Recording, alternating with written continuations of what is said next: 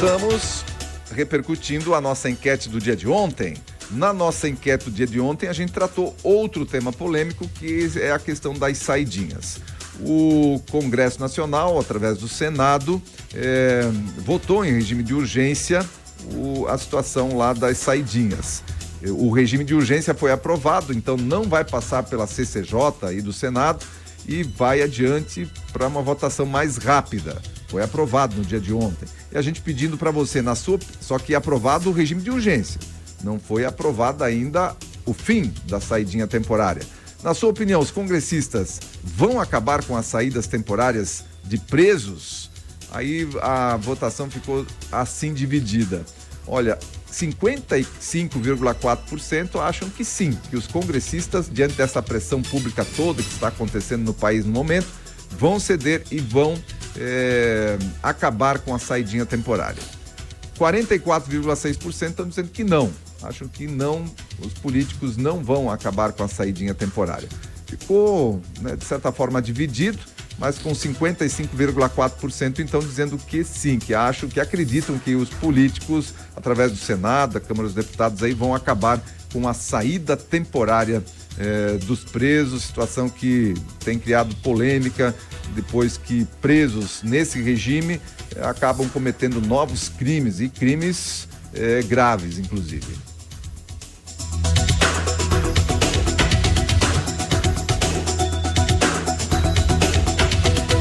Estão abertas as inscrições para participar do programa Salto Aceleradora, programa aí de aceleração de negócios em Timbó.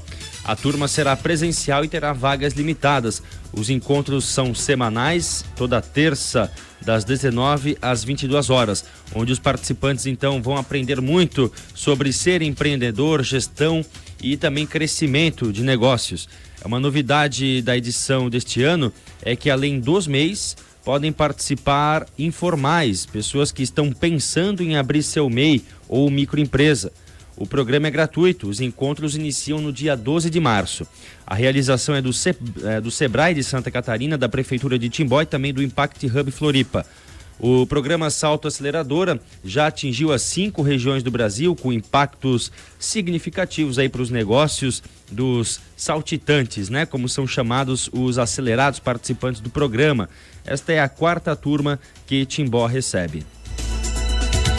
É um programa de formação gratuito para MEIs, aborda diversos temas da gestão de empresas, da questão de relacionamento, enfim, é um programa muito bacana. Quem participou gostou do que acompanhou lá, do que teve de formação, então vale muito a pena você que é microempreendedor individual, e agora não só para um microempreendedor individual, mas também para quem quer conhecer aí o programa, uma oportunidade e de forma gratuita.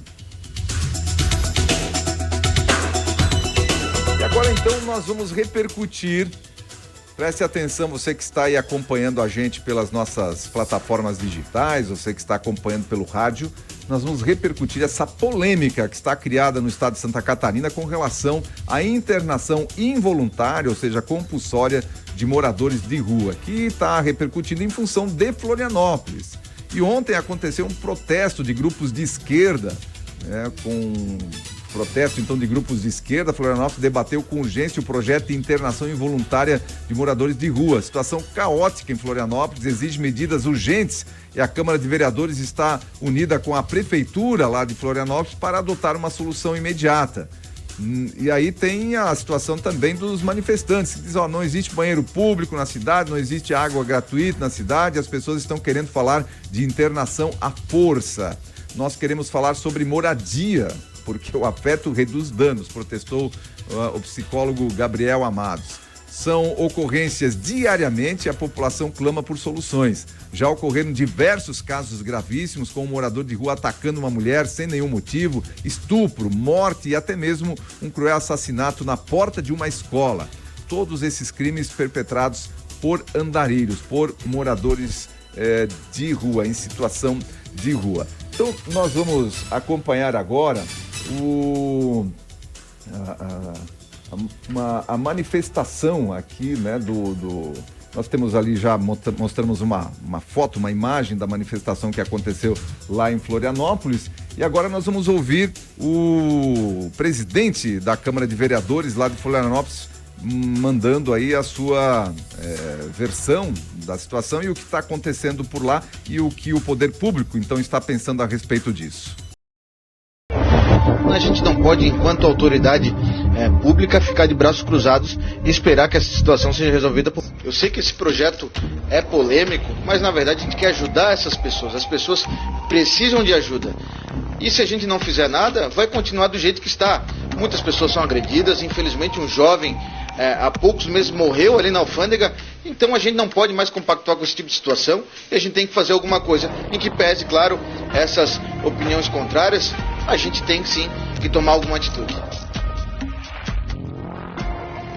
Essa foi a manifestação do poder público lá de Florianópolis a respeito desse caso. Toda essa cobertura jornalística aí é do portal Razão. Jornal Razão. Jornal Razão. Nós temos agora, essa não é do Jornal Razão, mas é das redes sociais da Guarda Municipal lá de Florianópolis, também atendendo a uma situação, inclusive de morador de rua. Você vai entender um pouco mais a situação que a Guarda Municipal passa por lá, a partir do depoimento de um guarda municipal.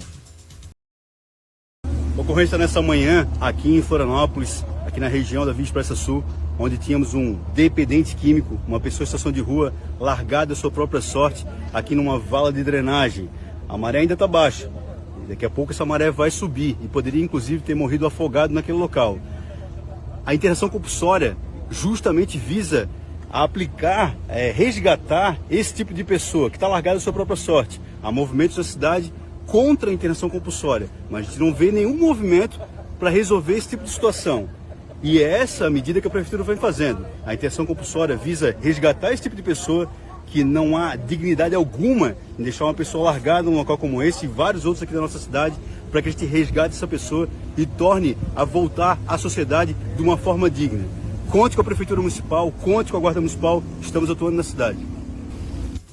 Esse foi então o depoimento durante um resgate de uma pessoa em situação de rua que estava largada ali na beira de um riacho, poderia até ter morrido afogada por ali, e o chefe da Guarda Municipal lá de Florianópolis. Agora nós vamos ouvir a versão dos manifestantes, uma manifestação que aconteceu ontem lá em Florianópolis.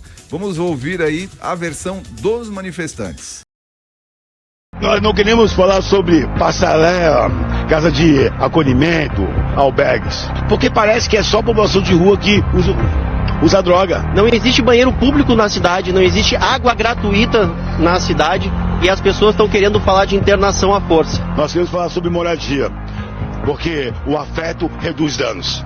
Não é para amontoar pessoas em situação de vulnerabilidade social. Precisamos de políticas públicas, não precisamos de políticas higienistas.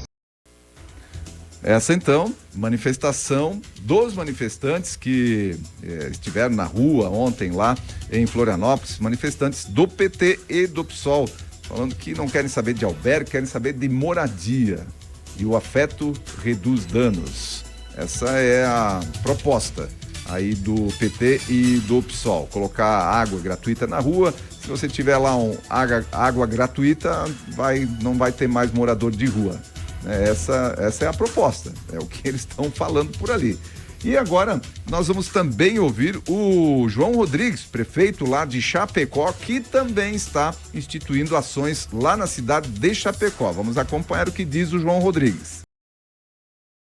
Não ficará mais ninguém na cidade de Chapecó se drogando em lugar nenhum. Nós estamos criando uma lei municipal e a lei vai tratar. Fica expressamente proibido a permanência de dependentes químicos em ruas, praças, logradouros, terrenos baldios, construções ou qualquer outro espaço, podendo o poder público removê-los imediatamente do local e conduzindo para outro ambiente com a Guarda Municipal, com o apoio das forças de segurança. Não ficará mais ninguém na cidade de Chapecó se drogando em lugar nenhum. Não teremos mais Cracolândia em canto nenhum dessa cidade. Não há quem aguente mais isso. Podendo chegar ao ponto que chegou em algumas cidades, de matar estudante, de agredir donas de casa, de covardemente matar turista, nós vamos agir com muito rigor. Nós vamos dar um passo a mais para dar melhor qualidade de vida a esses seres humanos que são verdadeiros zumbis. Nós vamos dar uma oportunidade a eles. Obrigado a todos e bom trabalho. Esse foi o João Rodrigues, prefeito lá da cidade de Chapecó, também instituindo uma ação parecida com a de Florianópolis, com a condução involuntária dos moradores de rua para receber tratamento. E agora está aí, foi posto a situação de Florianópolis, o que disse o poder público lá de Florianópolis, o que falaram os manifestantes, o que falou a guarda municipal lá de Florianópolis no atendimento de um caso específico nessa situação, o João Rodrigues falando aí também sobre o que está acontecendo lá na cidade de Chapecó. E agora é com você, agora você participa da nossa enquete no dia de hoje, dizendo se você é contra ou a favor a internação compulsória de moradores de rua, especialmente aqueles com dependência química. Você vota, participa, interage com a gente da nossa enquete desta quinta-feira. Muito bem, continuando com o giro de notícias, trabalhadores do transporte coletivo aprovam jornada de luta por direitos em Blumenau. Uma assembleia, nesta última quarta-feira, aprovou a jornada de luta por direitos dos trabalhadores do transporte coletivo por meio do Sindicato dos Empregados do Transporte Coletivo Urbano. A jornada propõe segurança nos terminais urbanos, melhores condições de trabalho e antecipou a campanha salarial de 2024. A assembleia foi dividida em duas sessões, na manhã e tarde desta última quarta-feira, no Centro Cultural. O sindicato encaminhou uma proposta onde estipula um prazo de 15 dias para que a empresa Blumob garanta segurança em todos os terminais urbanos, além de condições adequadas nos banheiros e salas de refeição. Segundo a publicação do Sinditranscol, que é o sindicato dos empregados do transporte coletivo urbano, a demissão de um membro do sindicato teria sido uma tentativa de divisão da categoria, não restando dúvidas que a ação da empresa objetivou o enfraquecimento da luta. A Assembleia decidiu que a Blumob e a Secretaria Municipal de Trânsito de Transportes de Blumenau têm 15 dias para atender às solicitações apresentadas. Os trabalhadores mostram que estão cansados de tanta insegurança nos terminais, das precárias condições de trabalho e das ameaças de demissão dos cobradores. Completa aqui a nota do sindicato. O sindicato também não descarta a realização de protestos e paralisação do sistema após 15 dias da notificação. Situação que está começando apenas ali na cidade de Blumenau, a gente vai monitorando isso também, na medida em que nós tenhamos informações relevantes, a gente vai atualizando para você aqui. Mas o fato, o que está por trás desse fato aí? Ninguém absolutamente tem nada contra os sindicatos. Sindicatos são entidades que, uma vez que eles consigam se manter, uma vez que eles provem para a categoria, a sua necessidade, a sua relevância, a sua importância, e a própria categoria os sustentem, os mantenham, é uma entidade que tem importância, né, dentro do contexto das relações trabalhistas. Porém, o que nós vemos agora, a partir do ano passado, foi um movimento de ressuscitar aí determinados sindicatos que estavam apenas atuando de forma a conseguir gerir recurso que vem dos trabalhadores e pouca coisa fazendo em prol dos trabalhadores. Ok, beleza, essa é uma questão. A outra é a seguinte: os sindicatos que estão ganhando força novamente, estão ganhando evidência, estão novamente com um governo, claro, mais à esquerda, os sindicatos acabam ganhando um pouco mais de força, mais de poder, tem que entender que as relações trabalhistas mudaram. Não há mais como tratar o empresário como era tratado aí há pouco tempo atrás e dali para trás. O empresário sempre tratado como o vilão da história, o empresário sempre tratado como bandido, né, pelos sindicatos, falando disso pelos sindicatos.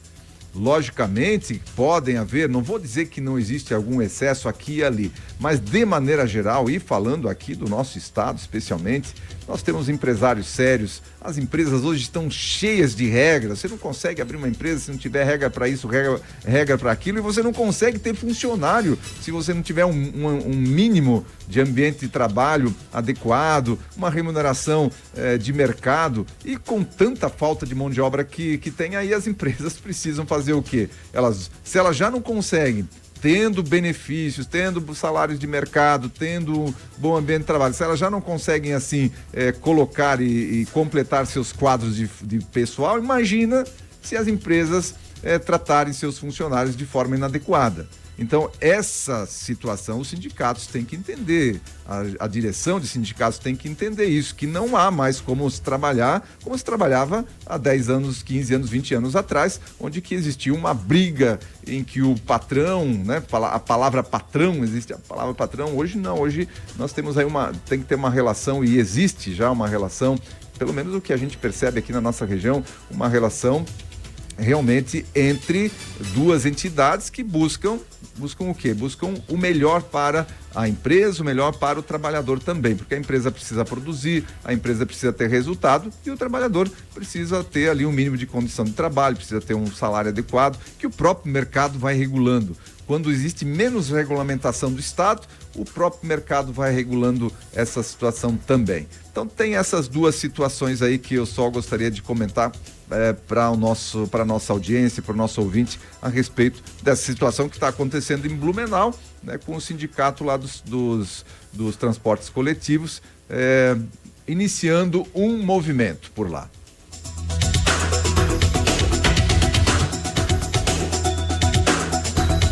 O setor público consolidado registra déficit de 249 bilhões em 2023, o pior resultado desde 2020, primeiro ano da pandemia. O déficit primário consolidado do setor público brasileiro em 2023 ficou em 249 bilhões de reais, o que corresponde a 2,29% do PIB, 2,29% do PIB. Esse é o pior resultado das contas públicas desde 2020, primeiro ano da pandemia da Covid-19. De acordo com o governo, o resultado foi diretamente influenciado pela antecipação do pagamento de 92 bilhões de reais em precatórios no mês de dezembro. Só no último mês do ano, o déficit ficou em 129 bilhões de reais. Já a dívida bruta do Brasil encerrou 2023 com alta em dezembro. Como proporção do PIB, o indicador fechou dezembro em 74,3%, contra 73,8% no mês anterior e 71,7% no último mês de 2022. Não havia dúvida de que esse seria o resultado. Vamos lá, tem os precatórios aí, mas essa dívida o governo já sabia que teria, né, que tinha, na medida em que é uma conta que está ali para ser sanada, e 249 bilhões, você tira ali os 90, você ainda tem 150 bilhões de déficit. Olhando o que o governo pegou com mais de 50 bilhões de saldo positivo, nós podemos dizer que isso aqui houve um consumo aí de mais de 300 bilhões. Porque tem que olhar que tinha um saldo positivo de mais de 50 bilhões lá quando o governo assumiu. E é o seguinte, se eu assumo uma empresa, por exemplo, se eu vou lá e compro uma empresa que está quebrada, olha, no primeiro dia que eu assumo a empresa que está quebrada, meu amigo, o credor lá, ele não quer saber quem era o dono anterior. A partir do primeiro dia, do primeiro segundo que eu assumi a empresa, eu sou totalmente responsável pelo resultado dela a partir daquele momento e pelas dívidas que ela, né, supostamente teria. Então é assim, o governo assumiu, durante muito tempo ficou aí jogando a responsabilidade para o governo anterior, ainda hoje está jogando muita coisa como responsabilidade para o governo anterior, muitas vezes não saiu do palanque ainda, mas está na hora de, né, colocar a responsabilidade nas costas aí e começar a governar o nosso país, principalmente nesse quesito aqui dos gastos públicos, que é um indicador importantíssimo para a economia do nosso país, e a gente espera realmente que esse ano haja uma preocupação maior com esse assunto, por parte do governo federal, porque no primeiro ano realmente não mostrou preocupação alguma, tanto que fechou as contas aí com 300 bilhões, né, de consumo, porque já tinha 50 de saldo positivo. Olha, os Estados Unidos afirmaram nessa última quarta-feira que mataram o líder da milícia pró-iraniana Kataib Hezbollah durante um bombardeio no leste de Bagdá. A informação foi confirmada pelo Comando Central das Forças Armadas dos Estados Unidos. O nome do comandante não foi divulgado, mas o Comando Central das Forças Armadas disse que ele era diretamente responsável pelo planejamento dos ataques do Kataib Hezbollah contra soldados americanos no Oriente Médio. Antes do anúncio dos Estados Unidos, a polícia de Bagdá já havia informado que pelo menos 3 pessoas teriam morrido no ataque ocorrido na quarta-feira. O CENTCOM, que é o Comando Central das Forças Armadas dos Estados Unidos, não citou o nome das outras 2 pessoas supostamente mortas no bombardeio, dizendo que apenas não há indicação de danos colaterais ou vítimas civis até o momento. Contudo, a polícia de Bagdá disse que o ataque matou Bakir al-Sadi e Arkan al-Alawi, membros do Kataib Hezbollah, além de uma terceira pessoa, cuja identidade ainda não é conhecida e que supostamente pertence ao movimento Al-Nujaba. Muito bem, são os conflitos lá no Oriente Médio, os Estados Unidos atuando diretamente, e essa escalada de conflitos lá no Oriente Médio e pelo mundo afora, a tendência é que nós tenhamos continuidade. Não há nenhum indício de que esses conflitos tenham algum tipo de parada, de diminuição, não. A tendência é que continue e até aumentem. E a gente sabe, esse tipo de ataque aqui vai ter consequência. Vai ter consequência. Os líderes, esses líderes aí foram mortos, mas tem sempre alguém esperando para ocupar lugar. Não existe vácuo no poder, nem nesses grupos terroristas aí. Tem alguém lá na cadeia de comando que vai ocupar o lugar desses líderes que foram mortos e certamente vão tentar de alguma maneira fazer algo contra os Estados Unidos, no sentido de se vingar, né, dos Estados Unidos por terem aí matado suas lideranças. Então é isso. Conflito é isso aí, sempre tem consequências. E assim a gente encerra esse nosso primeiro bloco de informação para você, ouvinte do Repórter Cultura, na manhã desta quinta-feira.